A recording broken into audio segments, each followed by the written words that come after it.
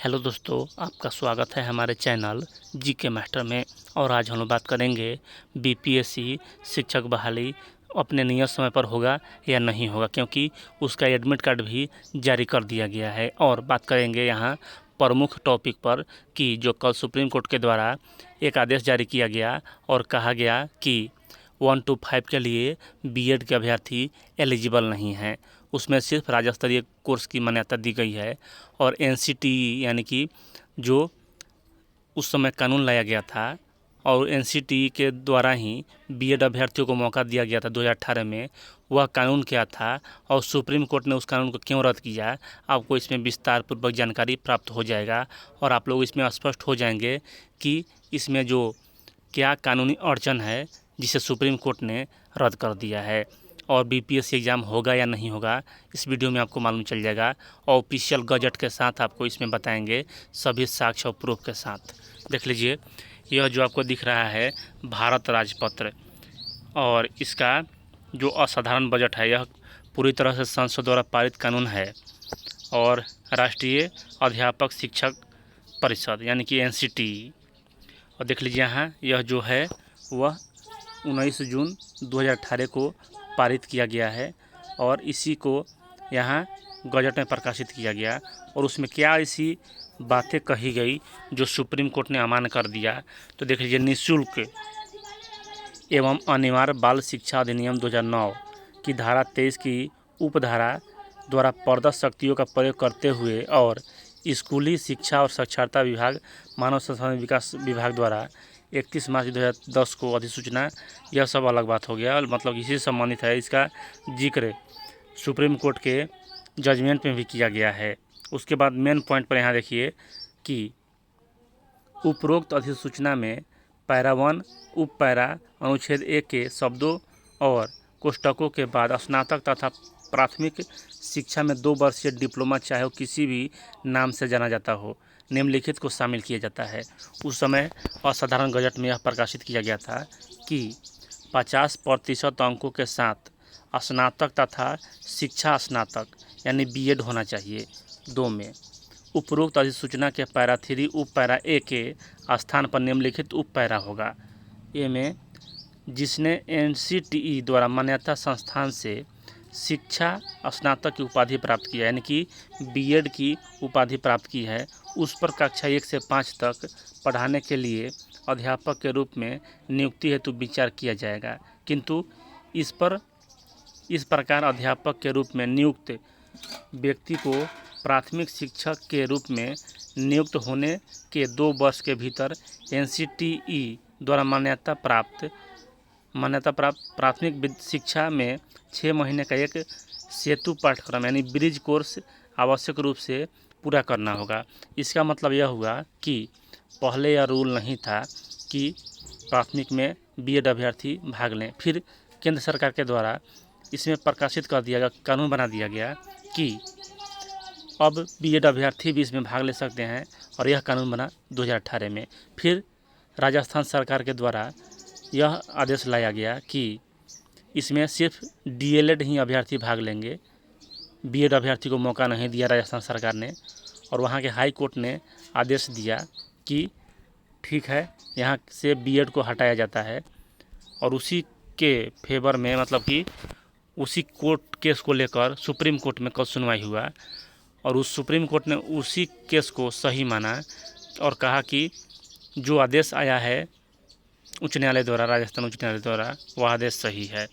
और बात कर लें यहाँ जो सुप्रीम कोर्ट के द्वारा कहा गया है जजमेंट में, राजस्थान उच्च न्यायालय ने ऊपर जो कहा वह सही है तथा तब कानूनी स्थिति हाल ही में 3 जजों के फैसला में यह मणिपुर राज्य और अन्य में न्यायालय बी राजकुमार उपकरण और अन्य स्थिति में यह स्थिति यह भी है कि कानून जो एक सक्षम व्यक्ति द्वारा बनाया जाता है, विधायिका तब तक वैध है जब तक इसे न्यायालय द्वारा असंवैधानिक घोषित नहीं कर दिया जाता।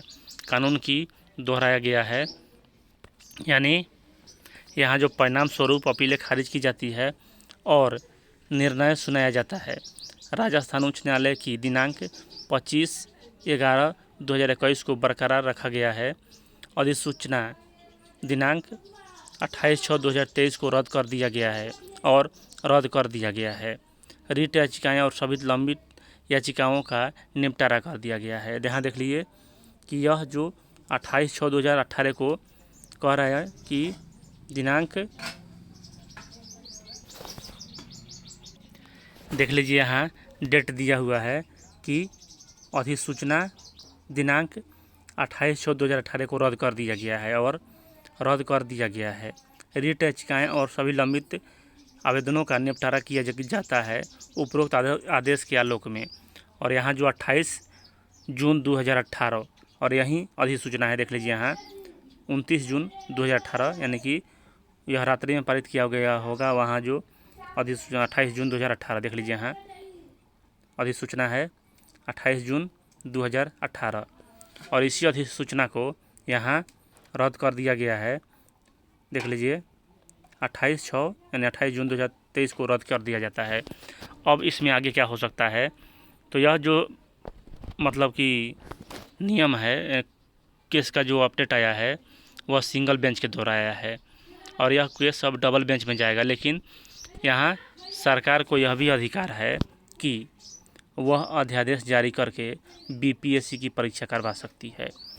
और यहाँ देख लीजिए आज के पेपर हिंदुस्तान में भी दिया हुआ है कि बिहार में जो शिक्षक भर्ती प्रक्रिया चल रहा है वह क्या होगा, माने उसका मतलब क्या होगा। तो देख लीजिए, प्राथमिक शिक्षक नियुक्ति में बीएड डिग्री धारक को मौका देने के मामले में एनसीटी को कोई निर्णय लेता है तो विभाग आगे कोई कार्रवाई करेगा। यहाँ पूरी बात अब एनसीटीई पर हो गया है, यानी राष्ट्रीय अध्यापक शिक्षा परिषद, जो कि उसकी अधियाचना को रद्द कर दिया गया है। और यहाँ एक बात आप लोगों को स्पष्ट हो गया है कि जो भी अब फैसला लेना है केंद्र सरकार ही लेगा, क्योंकि यहाँ जो यह रद्द कर दिया गया है, यह जो अधिसूचना, अब केंद्र सरकार या तो अध्यादेश जारी कर दे या एनसीटीसी के द्वारा कुछ यहाँ अपडेट दिया जाए तभी कुछ यहाँ हो सकता है।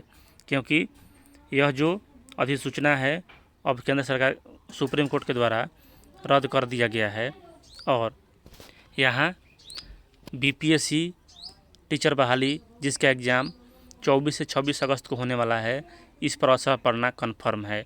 क्योंकि सुप्रीम कोर्ट का जो फैसला है पूरे देश के लिए मान्य होता है। तो आप लोग देखिए क्या होता है। लेकिन तत्काल यह है कि यह असाधारण गजट, मतलब कि इसको रद्द कर दिया गया है सुप्रीम कोर्ट के द्वारा।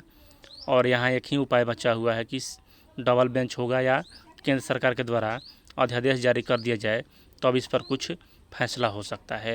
लेकिन तत्काल के जो अनुसार फाइनल रूप से यह कहा जा सकता है कि बीपीएससी एग्ज़ाम पर असर पड़ना इसका तय है। क्योंकि जिस संस्था के माध्यम से बिहार चल रही है, बिहार सरकार, वह संस्था अब रद्द हो चुका है। मतलब उस संस्था का जो आदेश है वह रद्द हो चुका है।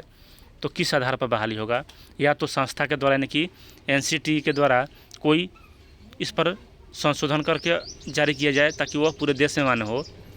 देखिए आगे क्या होता है। लेकिन तत्काल यही अपडेट है कि इसका असर बीपीएससी एग्ज़ाम पर भी पड़ने वाला है। तो चलिए इस वीडियो में इतना ही। वीडियो देखने के लिए धन्यवाद।